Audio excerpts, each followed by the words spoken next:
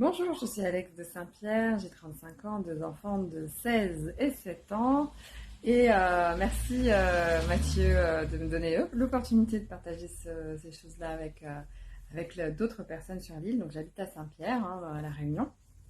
Mathieu, on s'est connus, je pense surtout par l'algorithme Facebook. Je pense que comme on taguait certainement les mêmes choses, du coup ça nous a rapprochés de cette manière, puisqu'effectivement, moi j'ai démarré l'alimentation cétogène au mois de janvier 2021, donc aux alentours de 10 janvier. À la base, la raison pour laquelle j'ai démarré ce type d'alimentation n'était pas du tout orientée dans un premier temps vers la perte de poids, en tout cas pas en ce qui me concerne.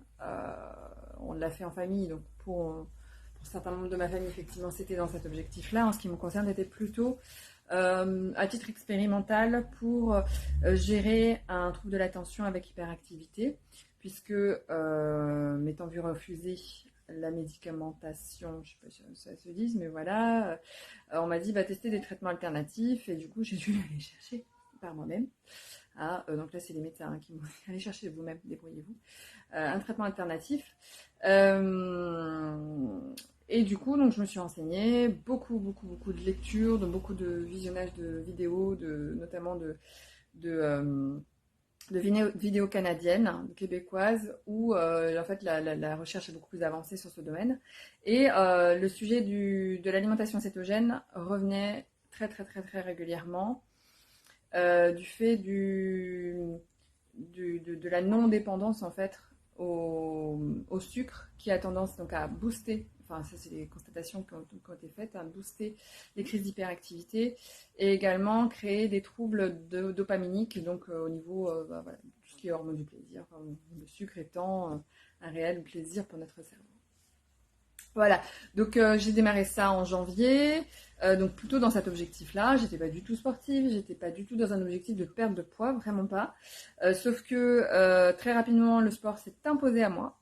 Alors peut-être parce que du coup, j'avais plus cette drogue du sucre, et du coup, je me suis intégrée cette drogue du sport. Alors quand je dis cette drogue, au début, c'était pas du tout une drogue, hein, c'était 8 minutes, 9 minutes, et j'étais au bout de ma vie, mon Dieu. Je faisais 82 kilos pour 1m74. Donc c'était faire un squat, c'était impossible. Faire des jumping jacks, c'était impossible. Voilà, tout ça me paraissait impossible. Aujourd'hui, je tourne à peu près à 8 heures par semaine entre la danse, le crossfit. Enfin là, je suis un peu au ralenti sur le côté crossfit parce que je me suis blessée. Mais voilà, je tourne à peu près à 8 heures entre la danse, le crossfit et la salle de sport. Plus que toutes les activités que je peux faire à côté, bien entendu. J'ai perdu 20 kilos sur 8 mois. J'ai repris un petit peu, puisque maintenant je suis passée en prise de masse musculaire. Donc j'ai séché, mais en même temps je prends du muscle, ce qui est assez contradictoire dans l'absolu, puisque normalement, c'est vrai que les régimes de sèche sont plutôt des régimes qui sont à faible calories, bien entendu, à faible indice glycémique, et que quand on veut prendre de la masse, généralement on nous conseille de manger du sucre. Or, en alimentation cétogène, ce n'est pas la peine. Par contre, il faut augmenter la quantité de nourriture incurgitée pour pouvoir prendre de la masse, forcément. Il faut de l'énergie pour pouvoir construire du muscle. Et l'alimentation cétogène nous permet de le faire.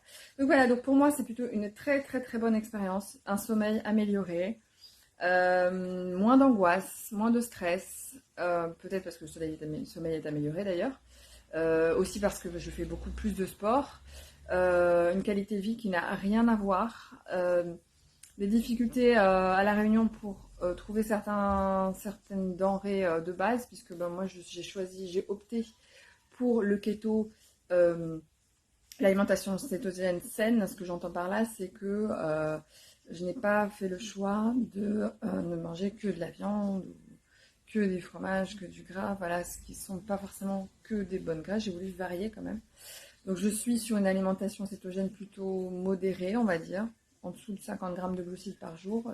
Par phase, je suis en dessous de 30 grammes de glucides, donc une alimentation cétogène stricte. Là, je suis plutôt en modéré.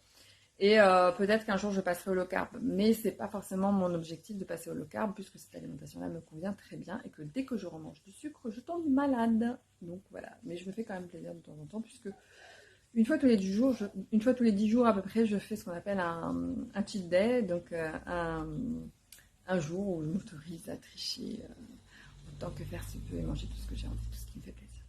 Voilà, donc c'est possible. On a changé du jour au lendemain en famille. Ce n'est pas forcément un régime amaigrissant non plus, donc il faut bien le savoir. Hein, c'est pas tout le monde qui maigrit. Ça dépend du nombre de calories que vous ingurgitez, c'est toujours pareil. Maintenant, c'est sûr que si vous avez du gras à perdre, bah, ça va être très efficace. Mais effectivement, je pense que c'est important que des personnes comme Mathieu, ou n'importe qui d'ailleurs, tout le monde, partage son expérience parce qu'il y a beaucoup trop de méconnaissance en fait sur les impacts du sucre et surtout des sucres raffinés, sur les sucres industriels, sur notre quotidien. Et ça, c'est vraiment dommage. Donc voilà, j'espère que ça vous aura aidé, mon témoignage, et que peut-être vous lancerez. À bientôt.